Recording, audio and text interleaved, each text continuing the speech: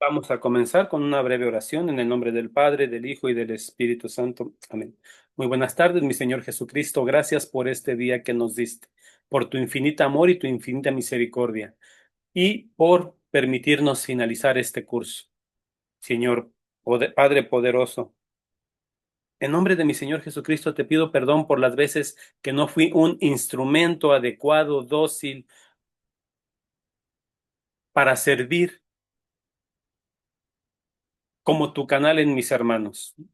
Te pido que perdones mis limitaciones, mis deficiencias, mis soberbias, mis errores. Pero te pido, Señor, que tú envíes tu Espíritu Santo, quien es nuestro auténtico Maestro, al corazón y la mente de tus hijos, y que tú hagas multiplicar tu palabra en ellos, en su mente y en su corazón.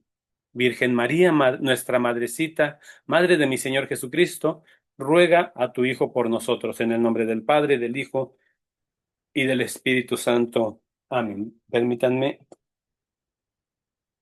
Vamos a empezar rápido y al final vemos dudas que pudieran tener acerca del examen o de la evaluación, etcétera, etcétera. Últimos tres puntos. Últimos tres puntos. Primero, la exégesis bíblica. ¿Qué es? ¿Cómo se hace? La hermenéutica. ¿Y cuál es el modo en el que la Iglesia nos invita a hacer nuestra aproximación a la Sagrada Escritura? Bueno, lo voy a decir así muy, muy rápido, definiciones rapidísimas. La exégesis es el trabajo intelectual, aclaro, siempre precedido de la gracia de Cristo y de la ayuda del Espíritu Santo, al menos para el católico. Para el erudito académico no católico, él puede estudiar la Biblia desde un punto de vista meramente académico y no le importa ni la gracia ni la moción del Espíritu Santo, ni la gracia de Cristo, ni la moción del Espíritu Santo, pero para nosotros es esencial. La exégesis es la, el esfuerzo del creyente que presupone, insisto, la gracia y la moción del Espíritu Santo, por encontrar lo que el escritor sagrado quería comunicar. Luego viene la hermenéutica. La hermenéutica son herramientas interpretativas, ya no para entender solamente lo que el autor quiso decir, sino cómo esto trasciende en una enseñanza razonable y lógica hacia, hacia nuestra persona. Ya no solo lo que el autor quiso, la exégesis nos ayuda a intentar encontrar la intención original del autor, pero como sabemos, la Sagrada Escritura es palabra de Dios, y si bien el autor, movido por el Espíritu Santo, tenía una intención, Dios tiene otra más grande. La hermenéutica nos ayuda a encontrar el significado profundo, alto y teológico más allá de solo la exégesis. ¿Logré hacer una diferencia entre lo que es la exégesis y la hermenéutica? Si lo logré, perdón, mis hermanos, para mí es importante que se comprenda la diferencia entre exégesis y hermenéutica. ¿Sí? A mí todavía no me queda claro, disculpa. Ok. Un A ver, ejemplo. profe, perdón. Un ejemplo.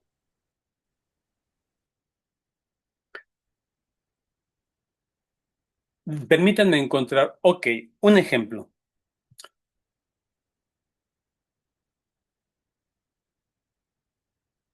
El caso del buen samaritano.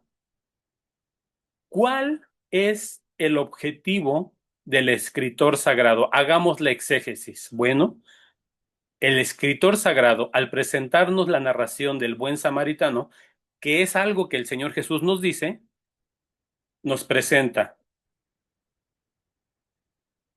a un sacerdote que no fue misericordioso, que no tuvo caridad con el herido, a un levita que no tuvo caridad, y a un samaritano, es decir, un extranjero, un judío de segunda categoría. Los samaritanos son considerados por los judíos como judíos contaminados o de segunda categoría. Entonces, ¿qué es lo que primero San Mateo, en boca de nuestro Señor Jesucristo, nos quiere enseñar? ¿Qué es lo que quiere decir? Bueno, eso es la exégesis. Pero ahora eso, ¿cómo trasciende a una interpretación teológica? Allá nos dijo, en la exégesis, ni el sacerdote ni el levita fueron hombres caritativos, a pesar de que el sacerdote conoce a Dios, a pesar de que el levita es de una familia consagrada a Dios, el que tuvo más caridad fue el que no, el samaritano, que es un judío impuro, contaminado, de segunda categoría, etcétera. ¿Cómo trasciende eso teológicamente? Bueno, un estudio, la hermenéutica nos podría decir que a veces en la iglesia o en el reino de Dios o en el pueblo de Dios, aquellos que se consideran más puros, más buenos, más preparados, podrían ser no necesariamente los que estén haciendo la voluntad de Dios, sino los que son caritativos y demuestran auténtico amor al prójimo. Es un ejemplo muy rápido, perdón, quise hacer algo muy rápido. La exégesis se limita a lo que el autor quiso decir. La hermenéutica trasciende el lenguaje a una interpretación teológica. No sé si logré ahora explicarlo un poquitito mejor. Ya. Espero que sí. De mi parte, sí, gracias. Ok, ok. Muy bien. Una pregunta, ¿se ve en pantalla completa mi imagen? Sí. Muy bien. Antes de profundizar un poquito más en el tema de la exégesis, quiero explicar esta expresión, eisegesis. Por favor, nótenla, eisegesis. La expresión eisegesis tiene dos connotaciones, una verdaderamente positiva y otra verdaderamente negativa, mala, que hay que evitar. En este caso, la connotación o el significado positivo, bueno, es la forma en que tú, de modo personal, te acercas a la Sagrada Escritura.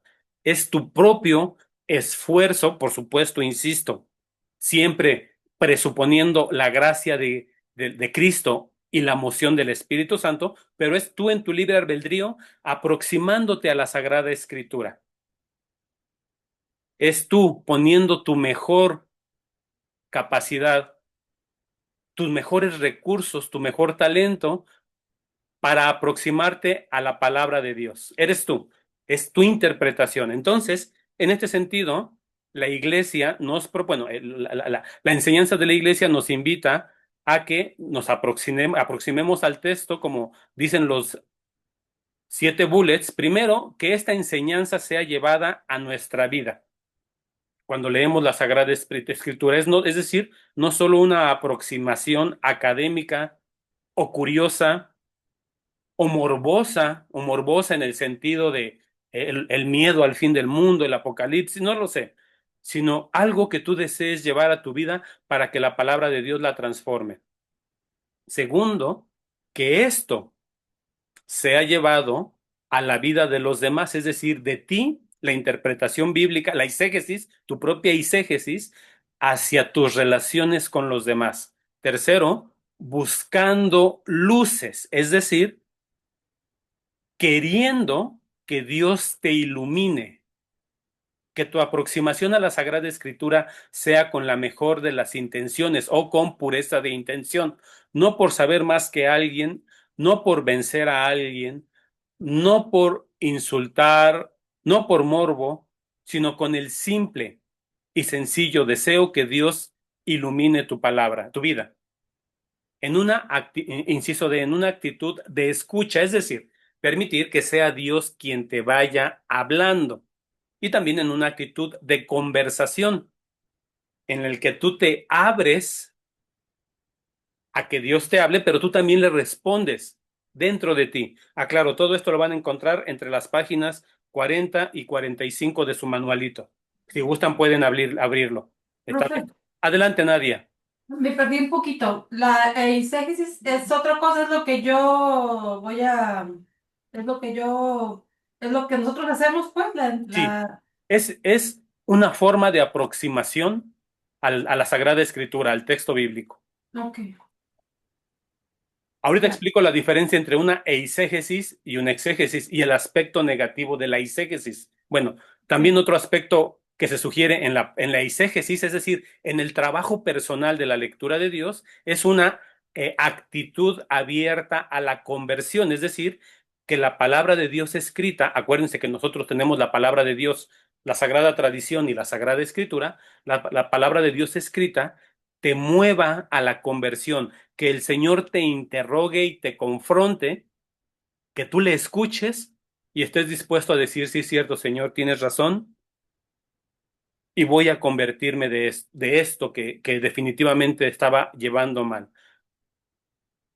En compañía de alguien, es decir, esto sería muy bueno. Yo recuerdo cuando yo conocí al Señor por ahí de mi juventud, lo conocí en un movimiento que se llamaba primero la renovación carismática católica y después el sistema integral de la nueva evangelización, y ahí teníamos pequeñas comunidades donde leíamos la Sagrada Escritura en grupo y compartíamos nuestro propio sentir de lo que habíamos leído. ¿Alguien tuvo esta experiencia de la renovación carismática y del sistema integral de la nueva evangelización? Renovación, nosotros. Y tuvieron esta experiencia de la lectura de la Biblia y el compartir en comunidad con otros hermanos tu propio entendimiento. Sí, Muy bien. Bueno, esto es un fruto, entre otras cosas, del Concilio Vaticano II. Y por último, acercarse a la escritura en una actitud de fe.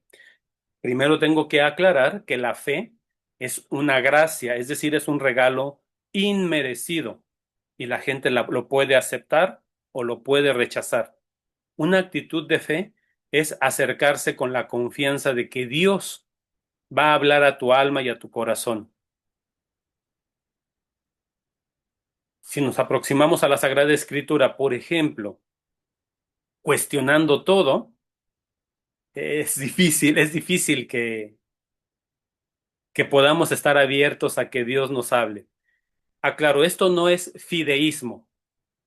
Ciertamente, también ustedes están en un instituto bíblico, perdón, serio, donde van a estudiar la Biblia con mucha seriedad, pero también el aproximarnos para nosotros católicos a la Sagrada Escritura no es solo un esfuerzo intelectual o un esfuerzo para descubrir profecías, eventos futuros, sino para poder estar abiertos a la fe, a que Dios nos va a hablar. Este es el aspecto positivo de la eisegesis.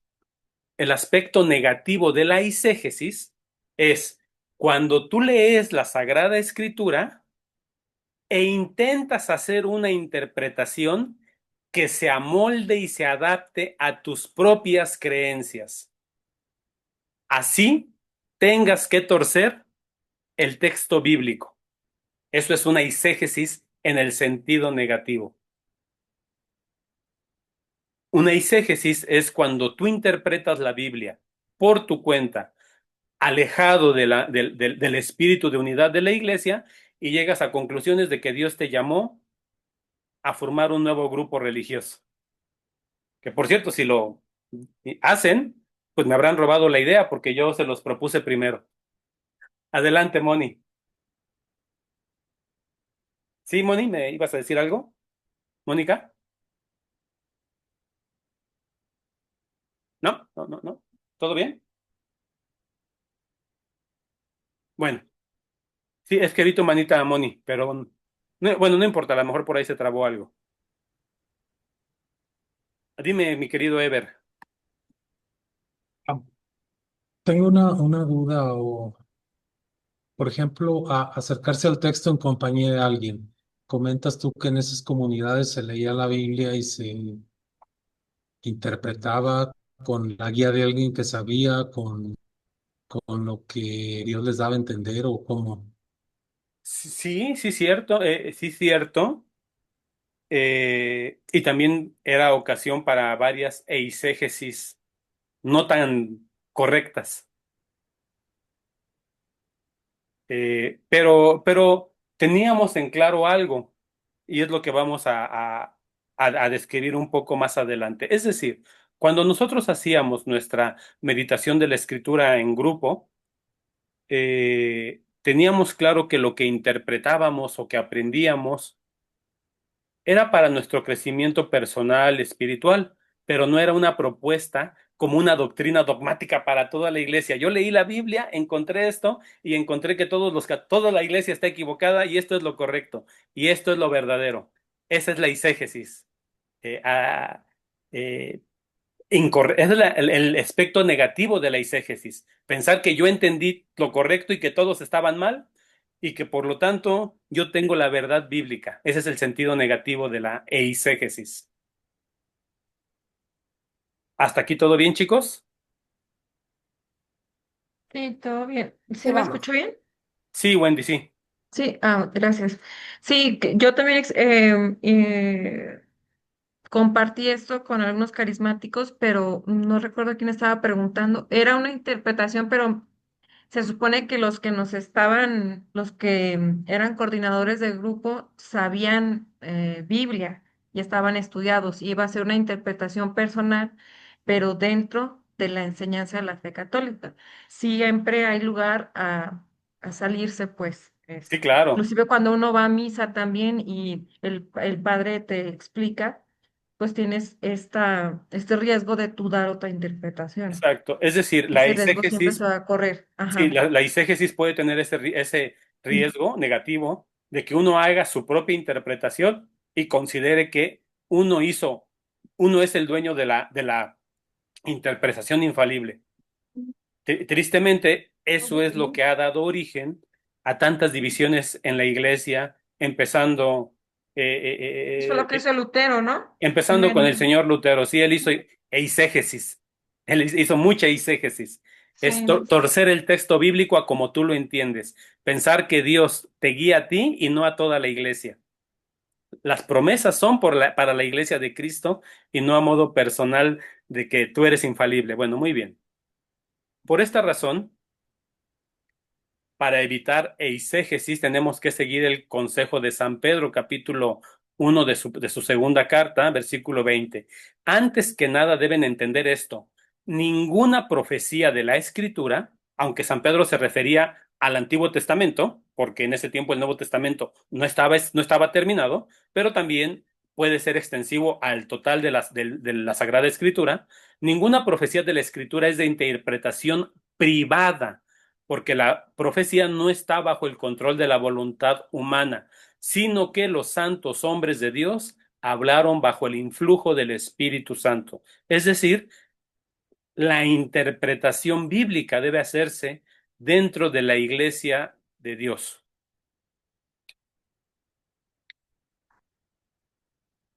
Me voy a brincar esto, pero esta es, bueno, es un relato de los Hechos de los Apóstoles, cuando un funcionario de la reina Candace de Etiopía, era un judío que vivía en el extranjero, en Etiopía, iba leyendo la escritura, el texto de Isaías, y no lo entendía, se le acercó Felipe y le preguntó, oye, ¿entiendes lo que lees? No, pues ¿cómo lo voy a extender si nadie me lo explica? Y ahí, Felipe, un legítimo ministro, del cuerpo de Cristo, una autoridad del cuerpo de Cristo, los apóstoles, bueno, de los apóstoles, le explica a este funcionario de la reina Candace la Sagrada Escritura. Por eso, si me tienen que interrumpir, háganlo. Por eso, ya no hablando de de la eisegesis, sino dando un paso más allá. Si queremos interpretar, bueno, para empezar, los cristianos católicos podemos hacer exégesis bíblica y encontrar en ella doctrina, sí podemos. Es decir, podemos hacer teología bíblica, pero para eso tenemos que tener una adecuada formación. Un buen exégeta, una persona que profundiza en el texto bíblico, tiene que conocer el contexto histórico, geográfico. Ustedes están llevando además una clase del mundo de la Biblia, donde se empapan de las costumbres, la cosmovisión, las tradiciones de aquellos pueblos del Levante mediterráneo. Sí, dime, Wendy. Gracias. Para hacer una buena exégesis, justo estaba viendo los precios de mi próxima Biblia y de mi catecismo, que les había compartido anteriormente que no tenía yo, pero aprovechando la clase, hay varios catecismos. Está el Catecismo de la Iglesia, que creo que es la primera edición, luego está la segunda edición, Catecismo de la Iglesia, la segunda edición. Luego me encontré aquí otro que dice Catecismo Romano decretado por el Sacrosanto Concilio de Trento. Ok, nada Y, más respecto al Catecismo de Trento. Recuerden que ajá, la tradición de la iglesia no es información histórica. La sagrada tradición es dinámica, está viva y el Espíritu Santo la va enriqueciendo. Entonces, la visión que teníamos de algunos aspectos teológicos en Trento ha sido superada por el Concilio Vaticano II y por el Catecismo de la Iglesia Católica, que es fruto del Concilio Vaticano II.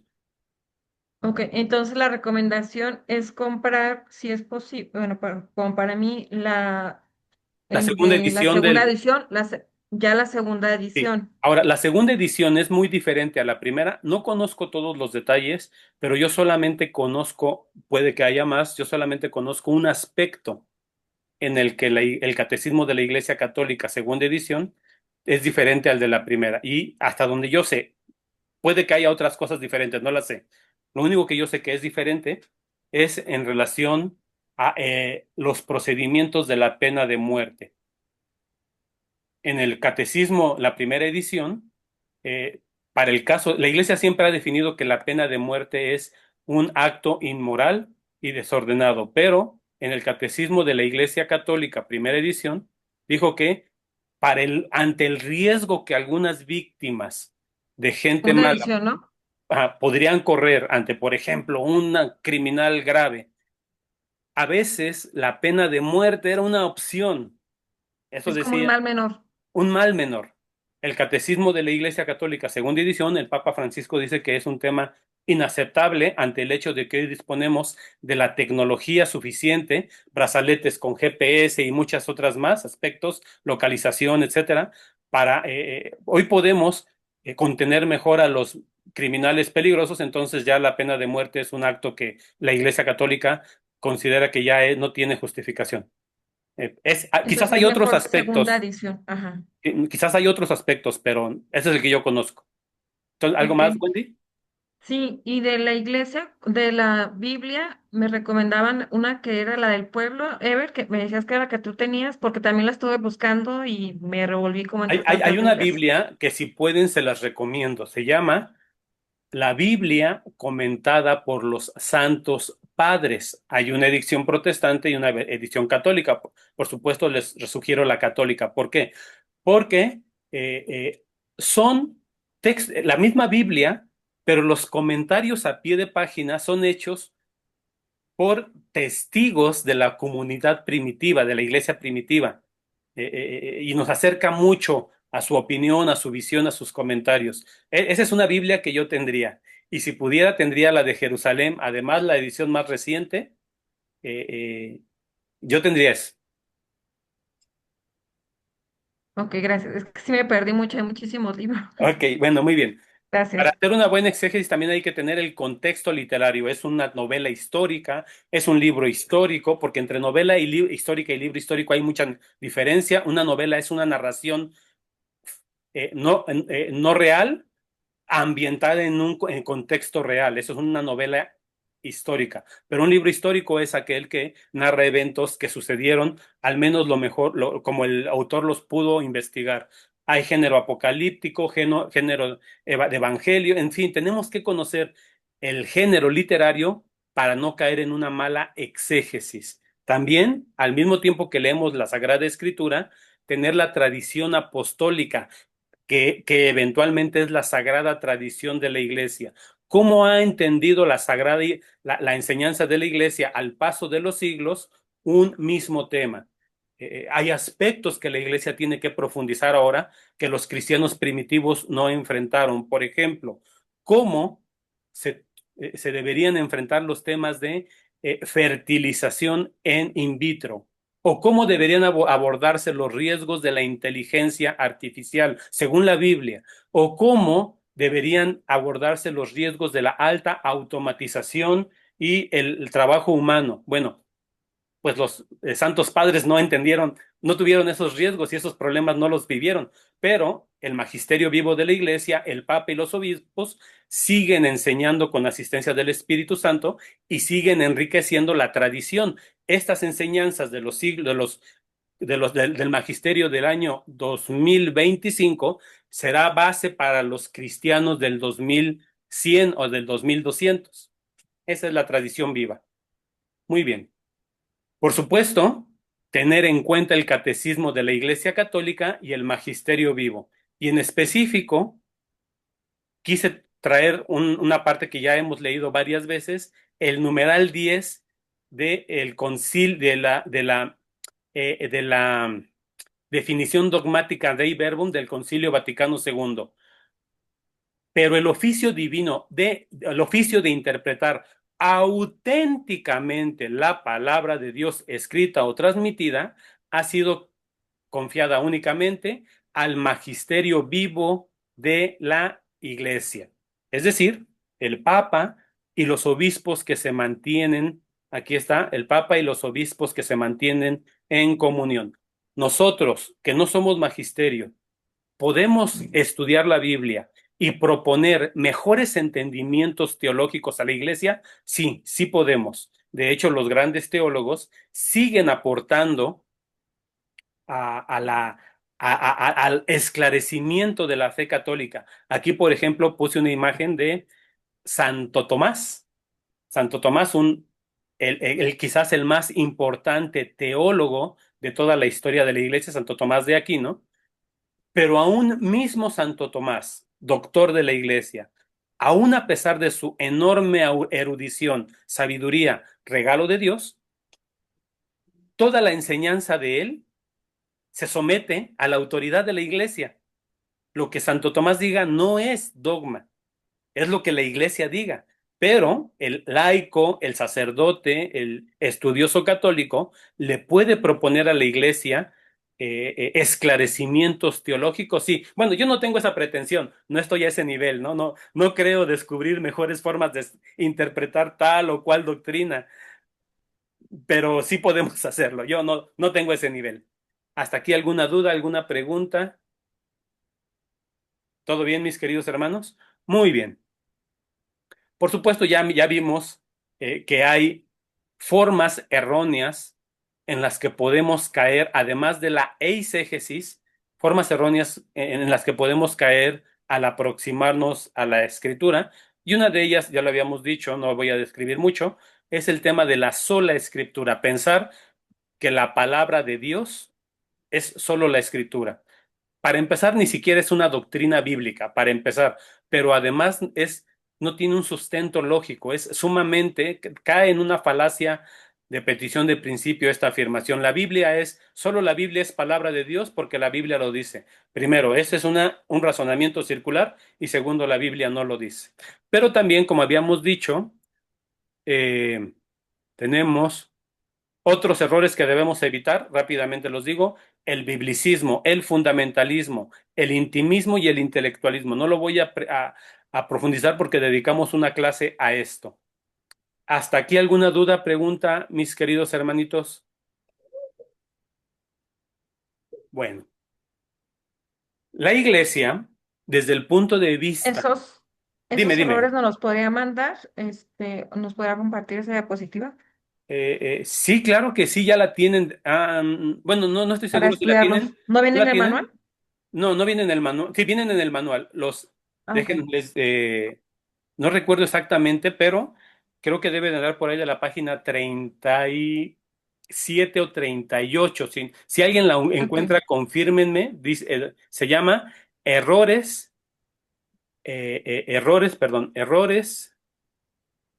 a evitar en la interpretación bíblica. Si alguien lo encuentra en su manualito, por favor, compártanlo. Esto lo tomé literalmente del manualito. Ok, gracias, maestro. Y una forma que podemos llamar eh, eh, de las más adecuadas desde el punto de vista académico intelectual para aproximarnos al estudio de la Sagrada Escritura, según un documento que se llama La interpretación en la Biblia, de la Biblia en la Iglesia, de la Pontificia Comisión Bíblica del año 1093, nos sugiere lo siguiente, nos sugiere los siguientes métodos. El método histórico crítico, es decir, entender la Sagrada Escritura en el contexto de su entorno de la gente de aquel tiempo. También el método de análisis literario, es decir, no entender la Sagrada Escritura como un texto que es exactamente igual. Cada uno de los textos tiene, bueno, cada uno de los textos tiene su propio formato literario. No se debe de entender igual, insisto, una novela histórica, como cuál es una novela histórica, el libro de Judith. El libro de Judith es un personaje creado en un entorno real, del cual de Judith pues no tenemos absoluta certeza de que haya existido, pero la situación real sí existió. Eh, la invasión de los ejércitos de Babilonia a la tierra de Dios, a la tierra de los hijos de Dios. Otro método es el de aproximarnos a la Sagrada Escritura teniendo como base la Sagrada Tradición. Y por último también, y eso no está mal, acercarnos a la Sagrada Escritura apoyándonos en las herramientas de la ciencia moderna, que incluyen, por supuesto, antropología, cultura, psicología, antropología y, ¿por qué no?, física, filosofía. Es decir, la verdad jamás se opondrá a la Sagrada Escritura. Profesor, Sí, adelante, adelante, mi querido lo- Noé. los errores, para, para- bueno, A los evitar. errores que debes de evitar al interpretar la Biblia está en el manual en la página 46. 46. Muchas gracias, mi querido Noé. Muy, muy amable. Dios te pague. Ahora, ¿cuál es la forma en la que la iglesia nos invita a aproximarnos a la Sagrada Escritura? Al margen de que si ustedes se quieren volver expertos exégetas y haciendo exégesis, después hagan hermenéutica, para lo cual, por supuesto, los invito, y lo cual también tengo que reconocer, no es fácil, eh, porque hay que dominar los idiomas bíblicos. Me refiero en específico a hebreo, elemeo y griego, hebreo, arameo y griego.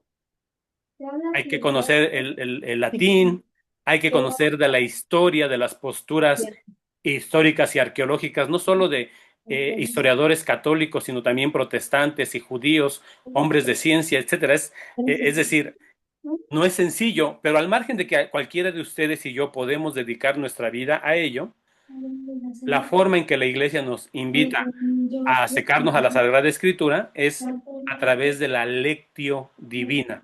Y ustedes, si no me equivoco, llevan en este momento una clase completa de lectio divina. ¿Sí es correcto? ¿O ya la llevaron? ¿No? Bueno, No, todavía no.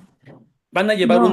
una clase de lectio divina en la cual se nos explicarán los 4 o 5 pasos, dependiendo del autor, que uno debería seguir cuando uno se aproxima a la lectura de la Sagrada Escritura. Primero, lectio se refiere a la lectura del texto, en la cual tú reflexionas en lo que el texto por sí solo dice, sin mucha interpretación, solo lo que el texto dice.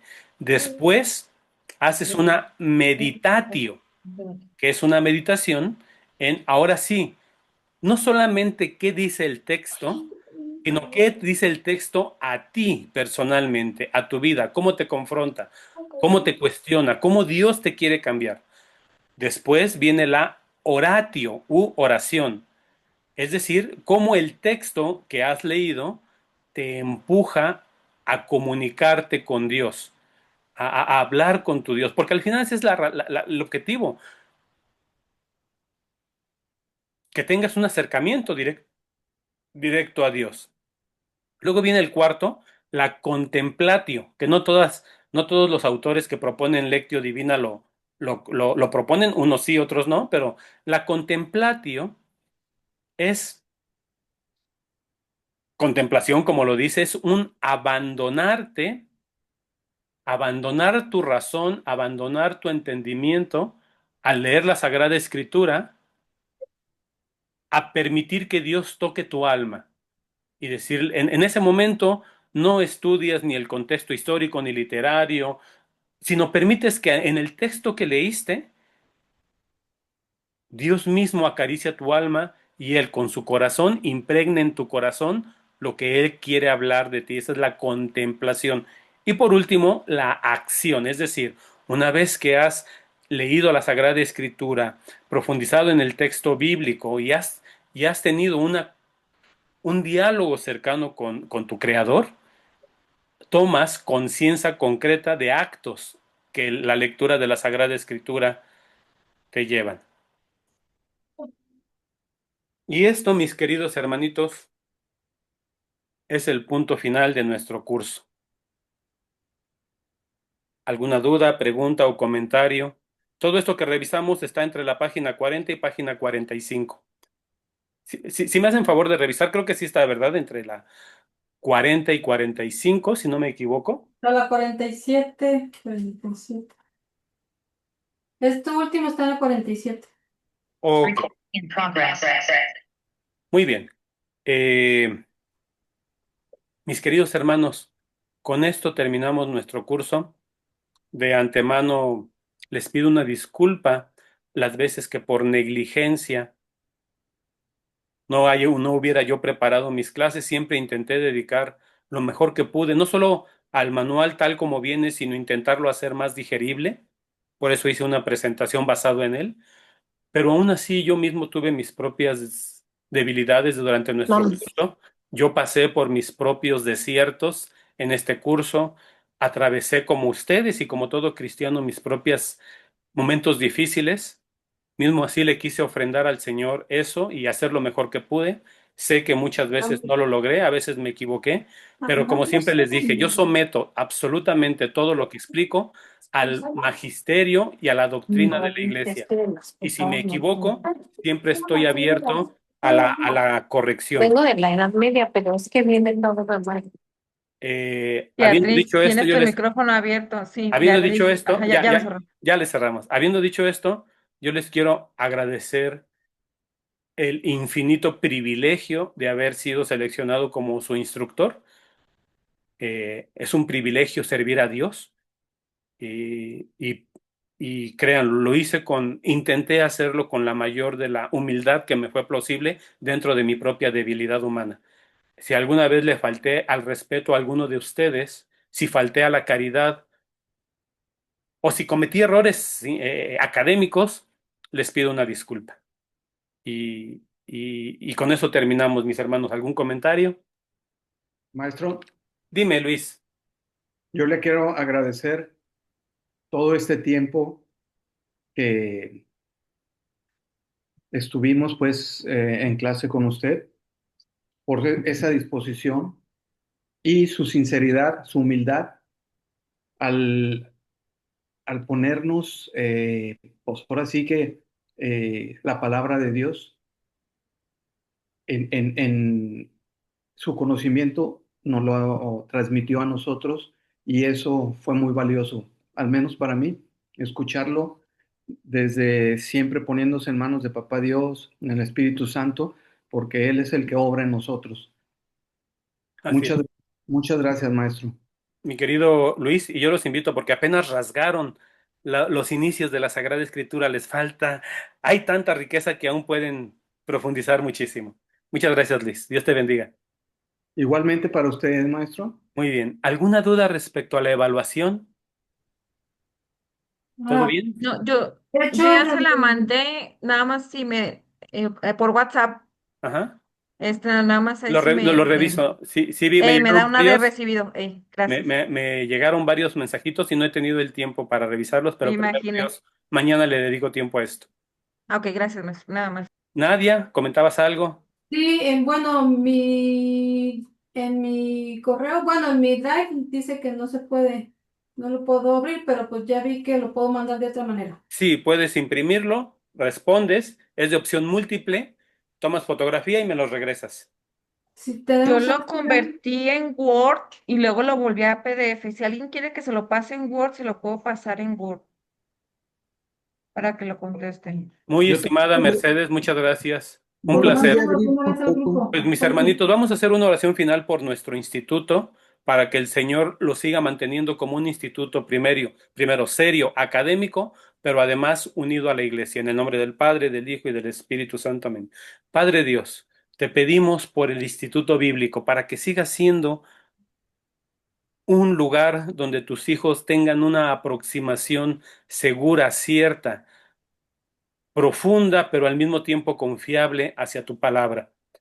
Bendice al padre director, a los sacerdotes que son los consejeros y al personal docente.